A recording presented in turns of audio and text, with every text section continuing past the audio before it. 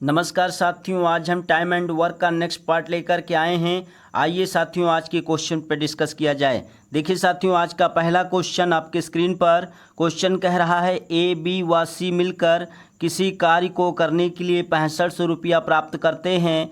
यदि इसी कार्य को यह तीनों अलग अलग क्रमशः 10 दिन, 15 दिन, 20 दिन में कर सकते हैं तो प्राप्त धन में बी का हिस्सा क्या होगा, ये हमको बताना है।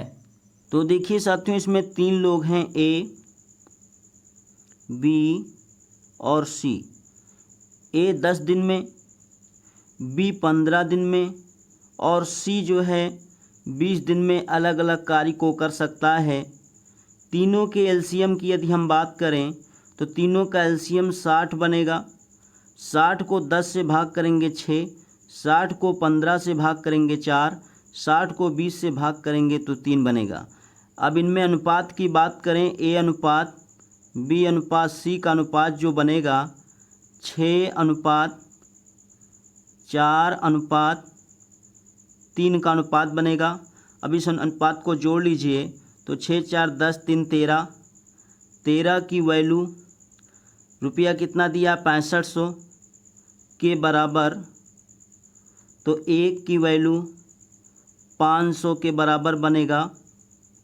1 की वैल्यू 500 के बराबर।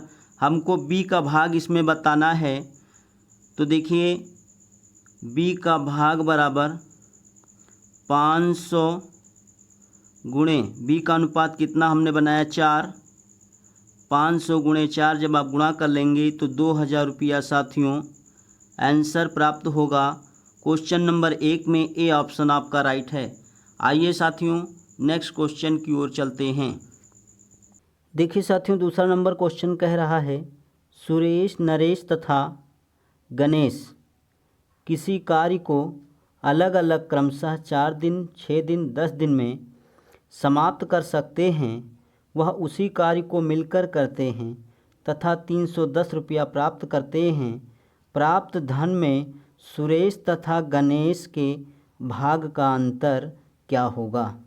देखिए साथियों, इसमें कितने लोग हैं, 3 लोग हैं, सुरेश हैं, नरेश हैं और गणेश हैं। सुरेश करता है 4 दिन में, नरेश करता है 6 दिन में, गणेश करता है 10 दिन में। तीनों की एलसीएम की यदि हम बात करें तो तीनों का एलसीएम बनेगा 60। 60 को 4 से भाग करेंगे 15 प्राप्त होगा। 60 को 6 से भाग करेंगे 10 प्राप्त होगा। 60 को 10 से भाग करेंगे 6 प्राप्त होगा। अर्थात सुरेश अनुपात नरेश अनुपात गणेश का जो अनुपात बनेगा वो बनेगा 15 अनुपाते 10 अनुपाते 6 का अनुपात बनेगा। अब इस अनुपात की वैल्यू कुल रुपया के बराबर, तो 15 और 10 कितना 25 और 6 31, 31 की वैल्यू 310 के बराबर, तो 1 की वैल्यू 10 रुपया के बराबर। अब इसमें हमको बताना है सुरेश तथा गणेश के भाग का अंतर क्या होगा। तो सुरेश का अनुपात कितना है 15 और गणेश का अनुपात कितना है 6, तो 15 में 6 निकाल दें तो कितना मिलेगा 9। तो 9 से आप इसमें गुणा कर दें तो 10 9 90 रुपया साथियों आंसर होगा। क्वेश्चन नंबर 2 में साथियों ए ऑप्शन आपका करेक्ट है। आइए नेक्स्ट क्वेश्चन की ओर चलते हैं। देखिए साथियों, तीसरा नंबर क्वेश्चन कह रहा है राजू, विजय तथा श्याम मिलकर किसी कार्य को करने के 9100 रुपया प्राप्त करते हैं। यदि इसी कार्य को यह तीनों अलग अलग क्रमशः 20 दिन, 30 दिन, 40 दिन में कर सकते हैं तो प्राप्त धन में श्याम का हिस्सा क्या होगा।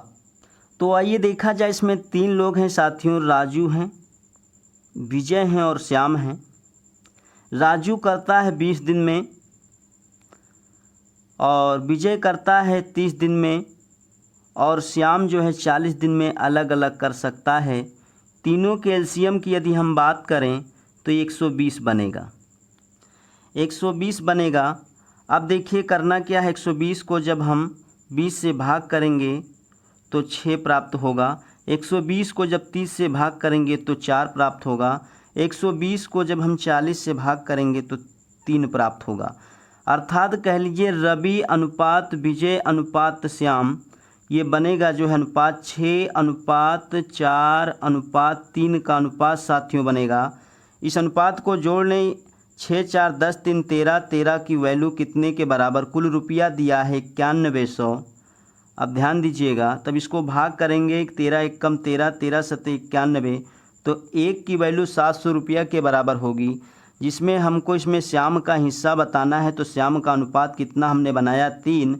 तो 700 में जब 3 का आप गुणा करेंगे साथियों, तो 7 त्रिक 21 रुपया श्याम को प्राप्त होगा। क्वेश्चन नंबर 3 में साथियों डी ऑप्शन आपका करेक्ट है। आइए साथियों नेक्स्ट क्वेश्चन की ओर चलते हैं।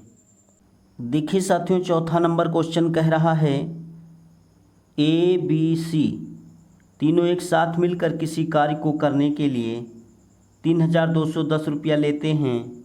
यदि यह तीनों अलग अलग इस कार्य को क्रमशः 5 दिन, 6 दिन, 7 दिन में कर सकते हैं, तो प्राप्त धन में ए का भाग ज्ञात कीजिए। तो देखिए साथियों, इसमें 3 लोग हैं, ए हैं, बी हैं और सी हैं। ए किसी कार्य को 5 दिन में, बी करता है 6 दिन में, सी करता है 7 दिन में। तीनों के एलसीएम की यदि हम बात करें तो 210 बनेगा। 210 को जब 5 से भाग करोगे तो 42 प्राप्त होगा। 210 को 6 से भाग करोगे 35 प्राप्त होगा। 210 को 7 से भाग करोगे तो 30 प्राप्त होगा।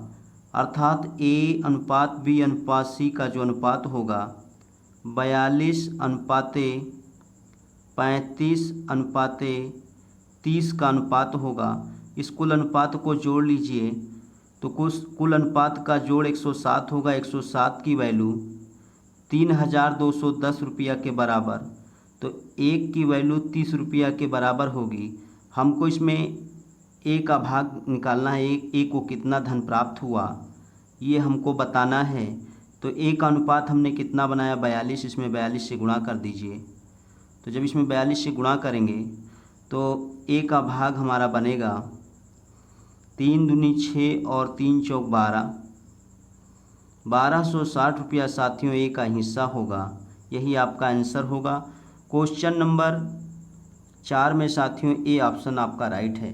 देखिए साथियों, आज के क्वेश्चंस के कलेक्शन हमारा ख्याल है आपको समझ में आया होगा। इसका नेक्स्ट पार्ट साथियों हम अगले वीडियो में लेकर के आएंगे। धन्यवाद साथियों।